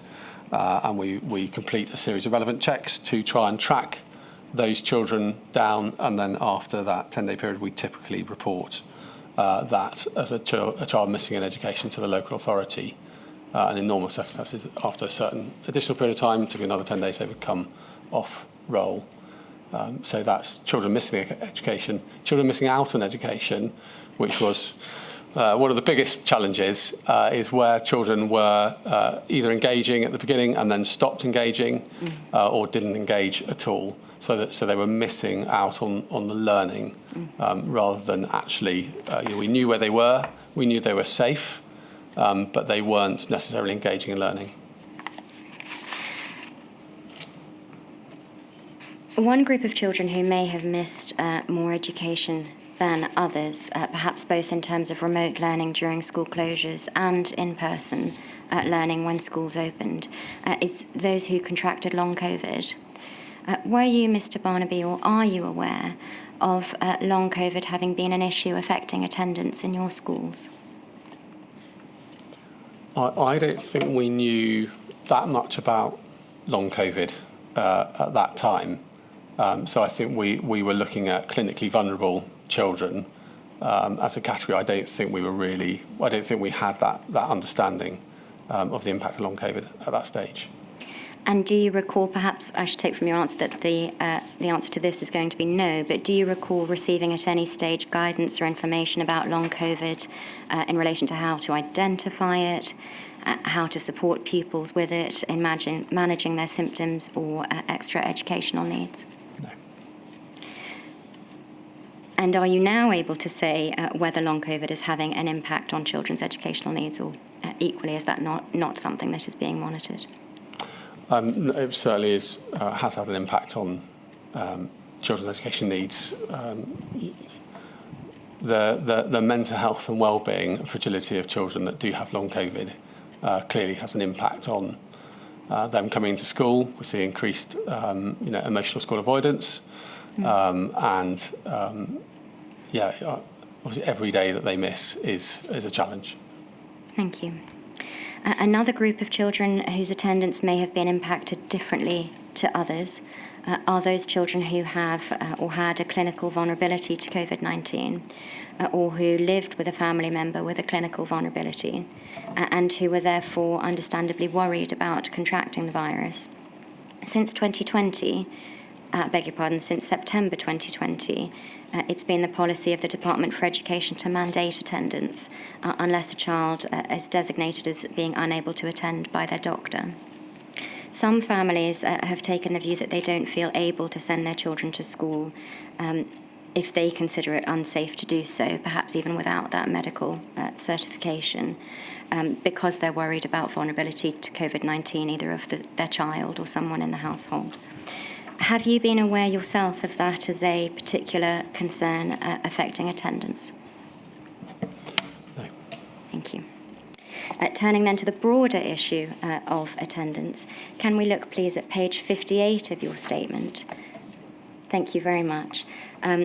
We see here some tables explaining changes in the rate of attendance between the year before the pandemic and between the last complete academic year. And I want to ask you particularly about table 20, please. That is about rates of persistent absence. What is persistent absence, please? Yes, persistent absence is children that are attending school less than 90%. Less than 90%, thank you. And why is that a metric that matters? Below 90% has a significant impact in children's outcomes. Thank you. And we see that the difference is quite significant in the year before the pandemic as compared to last year. So we see Oasis Community Learning 2018 to 2019 just under 10% and now just over 20%. So that is a doubling at primary level. And if we can look over the page, please, at table 22, that is the same statistic for secondary school, and we see again a very significant increase in persistent absence in the year ending 2019 to the last academic year. Just looking at this table, would we be right to understand from that 1 in 3 secondary students are missing 10% of the school year? Based on this data, that's correct, yeah. And what do you understand are the key drivers of that trend? There's a range of issues. Fundamentally, the relationship between schools and families has changed. And we've spent a lot of time working with families to help them understand the importance of being back in school. There are a number of, we talk about long COVID. There's long COVID clinically as a disease, and then there's long COVID, the impact on people. And as I said earlier, the impact of being at home, particularly for disadvantaged families, was significant. You know, mental health, we saw a huge increase to the extent that we've invested now in a mental health team as a result of trying to help get children back into school and to support children to regularly attend again. Anxiety, emotional school-based avoidance are really key long-term issues that we are continuing to try and solve. As well as telling us about your National Mental Health Team in your statement, you describe the Oasis Encounter Scheme, which delivers therapeutic work not just for children but for families, and it seems, if I've understood it correctly, sometimes for parents in particular. Is that a post-pandemic phenomenon? And if so, what should we understand from that? Yeah, so Oasis Encounter is a programme that supports parents primarily, but also children as well, in helping them re-engage with education again. And we've had quite significant success through this. It works by helping parents understand some of the reasons. So for parents, the presentation in a child of not attending school might be, I don't want to go to school, I don't like it. Sorry, Mr. Barnaby, I'm going to ask you again just to slow down a little. Thank you very much. The issues presenting themselves to parents around children not attending school might well be their child saying, I don't want to go to school, I don't like school, I don't want to attend, I don't need to go. And trying to help parents understand the thing that is behind that. So what is the anxiety or thing that is actually preventing that child from wanting to go into school? So Oasis Encounter brings together parents in small groups, allows them to share the stories and challenges that have been going on, and then we provide a series of inputs that help parents navigate these issues and equips them to work with us to bring children back into mainstream education again. And I think you said you've had some success with that. Did you mean that is improving attendance statistics? Yeah, significantly. I forget the exact stat, but it's a significant increase in children that have been through and parents been through Oasis Encounter are now re-engaged back into school. Thank you. On a different topic, you have also explained in some detail in your statement the challenges that your schools faced, for example, with obtaining PPE, implementing social distancing, implementing testing, and being able consistently to implement cleaning regimes. I think you even tell us that it was difficult at times to find enough cleaners to be able to carry out what you needed to. I want to ask you about your experiences of managing ventilation in buildings. You tell us something about the challenges of doing that both in old buildings and in new buildings. The main question is, what lessons can we draw from your experiences in order to improve, if possible, ventilation in school buildings for the future? Yeah, so we faced, I think like many schools, we had the CO2 monitors in place. We followed the protocols that are available to us. Typically in the older buildings, it meant opening windows. And that created all the challenges around running the heating, keeping children warm. We had people sitting in coats in rooms trying to get the ventilation to be satisfactory. That is not a great learning environment. So that's the old buildings. The new buildings, many of them are built with passive ventilation systems. They don't necessarily move air around at the right pace. Some of our new buildings don't have windows that open. So you are relying on this passive ventilation system to move air around the building, which has varying degrees of effectiveness. The thing I think we need to learn is that the environment of classrooms is critical to children learning. And so ventilation is, during COVID, is one issue of managing that, but there's a bigger picture issue around having effective school buildings, having classrooms where the temperature is right and suitable for learning. And I think we could probably, we went and looked back at the data, start to track correlations between outcomes and attendance based on the quality of school buildings and the environment. Thank you, Mr. Barnaby. I'd like to turn now to your conclusions and what you say are some of your lessons learned for the future.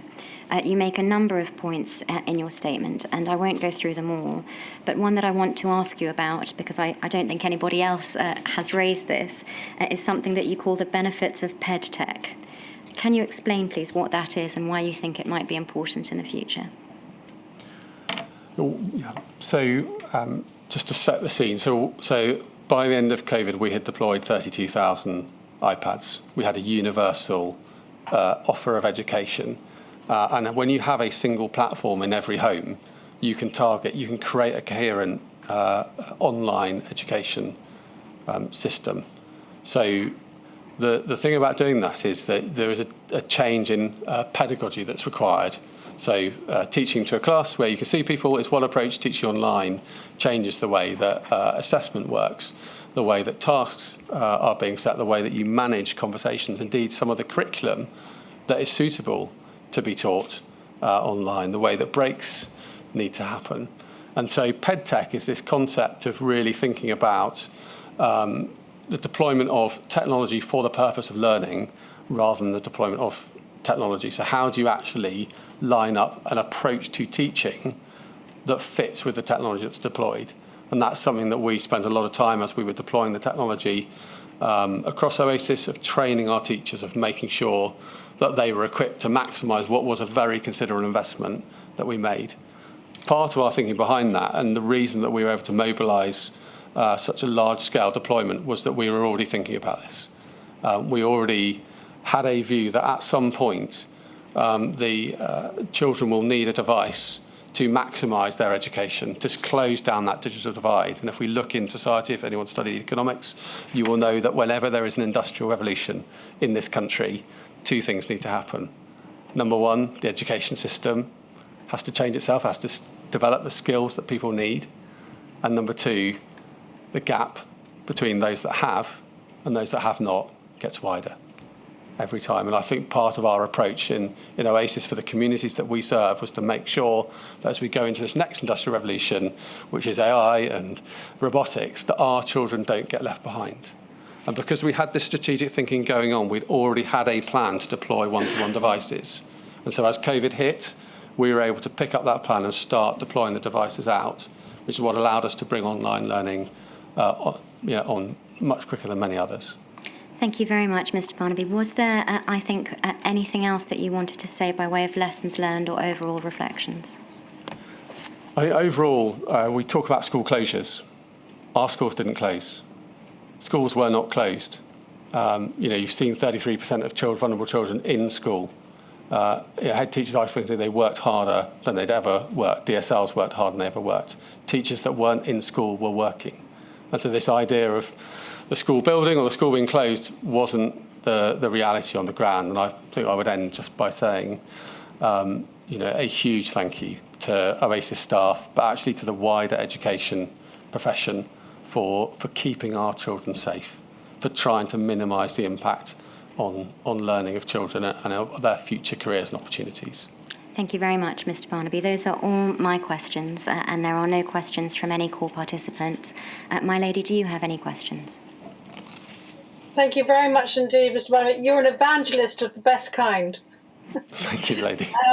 You obviously believe wholeheartedly in what you're doing, and obviously we all echo the efforts made by people like your staff to keep children safe and to keep them learning. Can I ask, what is the funding model for Oasis? Is it government funding, central funding?